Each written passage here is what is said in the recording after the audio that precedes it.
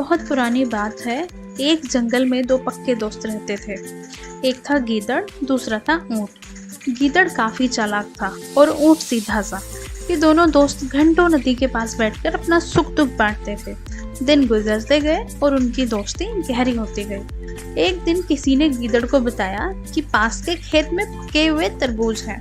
यह सुनते ही गीदड़ का मन ललचा गया, लेकिन वो खेत नदी के पार था। अब नदी को पार करके खेत तक पहुंचना उसके लिए मुश्किल था, इसीलिए वो नदी को पार करने की तरकीब सोचने लगा। सोचते सोचते वो ऊंट के पास चला गया। ऊंट ने दिन के समय गीदड़ को देखकर पूछा, मित्र तुम यहाँ कैसे? हम तो शाम को नदी के किनारे मिलने वाले थे ना।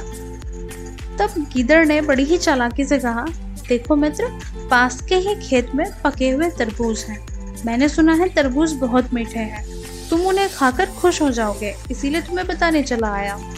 ऊंट को तरबूज काफी पसंद थे। वह बोला, वाह, मैं अभी उस गांव में जाता हूँ, मैंने बहुत समय से तरबूज नहीं खाए हैं। ऊंट जल्दी जल्दी नदी पार करके खेत जाने की तैयारी करने लगा। तभी गीदड़ ने कहा, दोस्त, तरबूज तो मुझे भी अच्छे लगते हैं, लेकिन मुझे तैरना नहीं आता है। तुम तरबूज खा लोगे तो मुझे लगेगा मैंने भी खा लिए।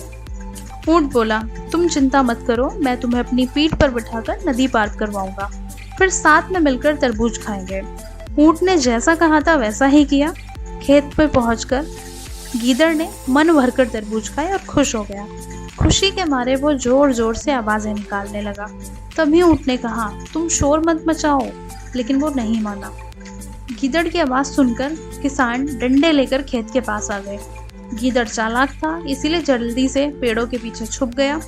ऊंट का शरीर बड़ा था, इसलिए वो नहीं छुप पाया। किसानों ने गुस्से के मारे उसे बहुत मारा। किसी तरह अपनी जान बचाते हुए ऊंट खेत के बाहर निकला। तभी पेड़ के पीछे छुपा गीदड़ बाहर आ गया। गीदड़ को देखकर ऊंट ने गुस्से में कहा, तुम क्यों इस तरह चिल्ला रहे थे? गीदड़ ने कहा, मुझे खाना खाने के बाद चिल्लाने की आदत है, तभी मेरा खाना पचता है। इस जवाब को सुनकर ऊंट को और गुस्सा आ गया। फिर भी वो चुपचाप नदी की ओर बढ़ने लगा। नदी के पास पहुंचकर उसने अपनी पीठ पर गीदड़ को बिठा लिया। इधर ऊंट को मार पड़ने से मन ही मन गीदड़ खुश हो रहा था।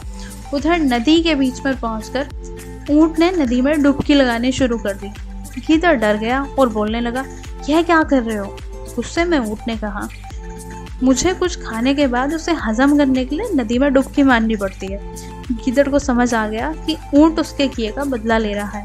बहुत मुश्किल से गीदड़ पानी से अपनी जान बचाकर नदी के किनारे पहुंचा। उस दिन के बाद गीदड़ ने कभी भी ऊंट को परेशान करने की हिम्मत नहीं की।